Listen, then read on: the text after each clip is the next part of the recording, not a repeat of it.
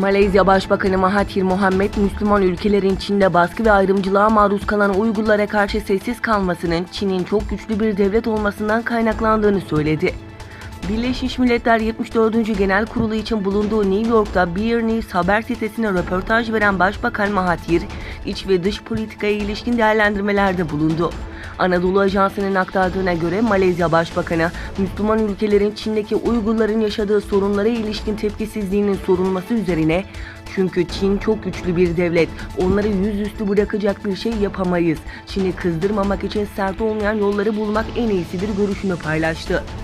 Diğer yandan Avrupa Parlamentosu İnsan Hakları Alt Komitesi Başkanı Maria, Uygur bölgesindeki insani krizin günden güne kötüleştiğini, Çin'in bölgede yaşayan Uygurların sebepsiz olarak toplu gözaltına alınması ve olası yargısız infazlardan dolayı bölgedeki durumdan kaygı duyduğunu ve endişeli olduğunu bildirdi.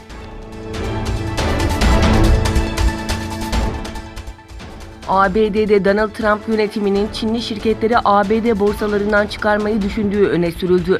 Ülke basınının konuya yakın kaynaklara dayandırdığı haberine göre Trump yönetimi Çinli firmaları ABD borsalarından çıkarmayı düşünüyor. Söz konusu adımın ABD yönetiminin Çinli firmalara yatırımları kısıtlama çabalarının bir parçası olduğunu belirten kaynaklar, Trump yönetiminin Çinli şirketlerin bazı eylemlerinden dolayı güvenlik endişesi duyduğunu belirtti. Japonya, dış güvenlik riskleri listesinin zirvesine Kuzey Kore yerine son yıllarda askeri gücünü hızla arttıran Çin'i koydu. Tokyo yönetiminin hazırladığı savunma raporunda Amerika Birleşik Devletleri ise müttefik ülke olarak ilk sırada yer aldı. Japon Savunma Bakanı Taro Kono, Çin, Batı Pasifik'te ve Tsushima Boğazı'nda Japon denizine kadar olan bölgeye giderek daha fazla hava ve deniz aracı konuşlandırıyor ifadesini kullandı. Çin Dışişleri Bakanlığı rapora tepki gösterirken Japonya'nın yaptığı temelsiz iddiaları reddettiklerini açıkladı.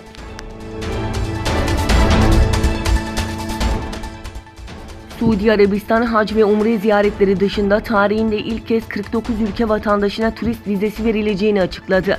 Başkent Riyad'da düzenlenen basın toplantısında konuşan Suudi Arabistan Turizm Kurulu Başkanı Ahmet El Hatip, ülkeyi turizme açmak için 49 ülkeye turist vizesi vermeye başlanacağını belirtti.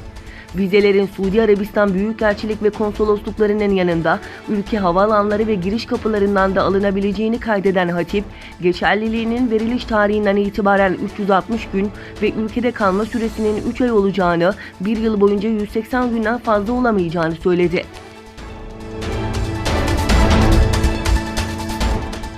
İsrailli emekli General Uzi Rubin, Suudi Arabistan'daki Amerikan Patriot füze savunma sisteminin yalnızca ufuk çizgisi üzerindeki hedefleri izlediği için Aramco tesislerine fırlatılan alçak irtifalı füzeleri ve insansız hava araçlarını tespit edemediğini belirtti.